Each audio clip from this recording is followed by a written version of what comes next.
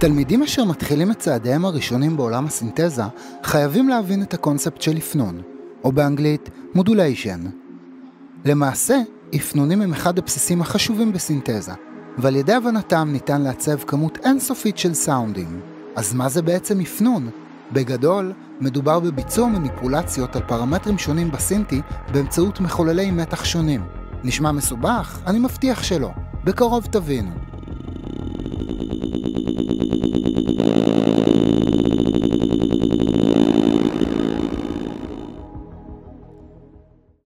בואו נדמיין שהכפתור הזה מייצג את אחד הפרמטרים בסינתי. הוא יכול להיות כפתור הווליום, הקאט-אוף של הפילטר, הפיץ' של האוסילטור, או כל פרמטר אחר.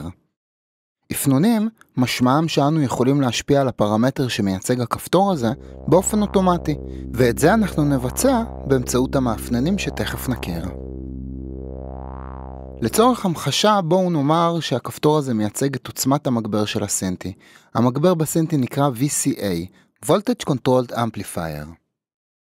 למעשה בתוך הסינתי, מחוללי הגל תמיד מייצרים צליל. כשהכפתור שלנו פתוח, אנחנו נשמע את הצליל הזה, וכשהכפתור סגור, אנחנו לא נשמע אותו. על פרמטר העוצמה, אנחנו בדרך כלל נשלוט עם אחד המאפננים החשובים ביותר, המעטפת, envelope. אחת הצורות הנפוצות של מעטפת היא ADSR.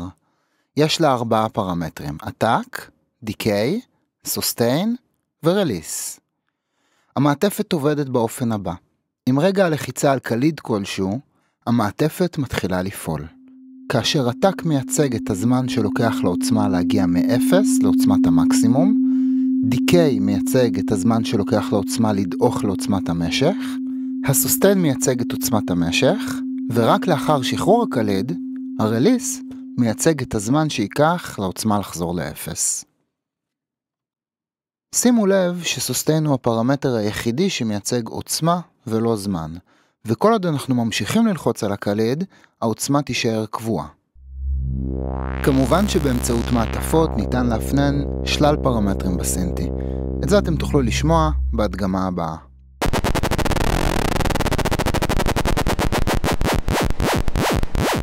על מנת להדגים מעט שימושיות באנבלופים, הכנתי פה פאץ' מאוד בסיסי במודולר של הסקופ.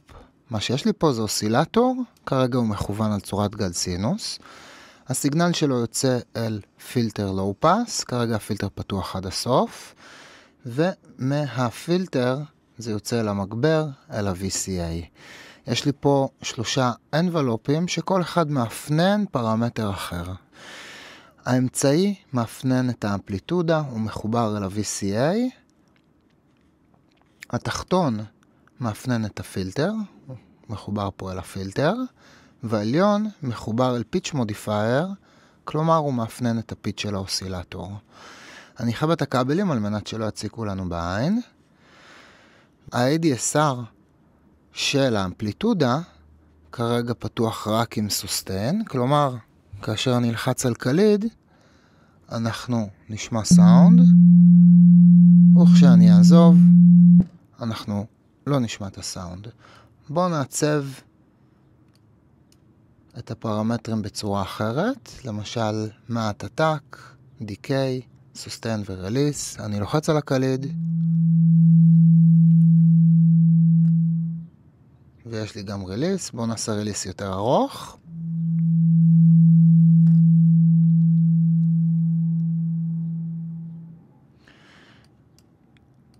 אני אעבור אל האנבלופ של הפילטר. כדי להבחין בתנועות של הפילטר אני אעבור לצורת גל מסור, מכיוון שלא באמת אפשר לפלטר גל סינוס. אנחנו נעשה מעין סאונד של בס.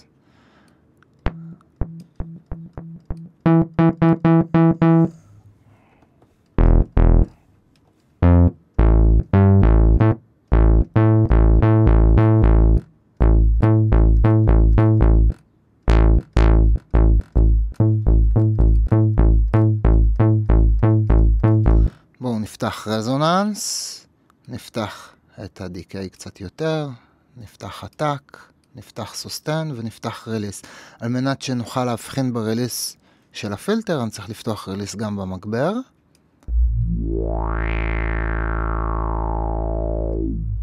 עוד פעם.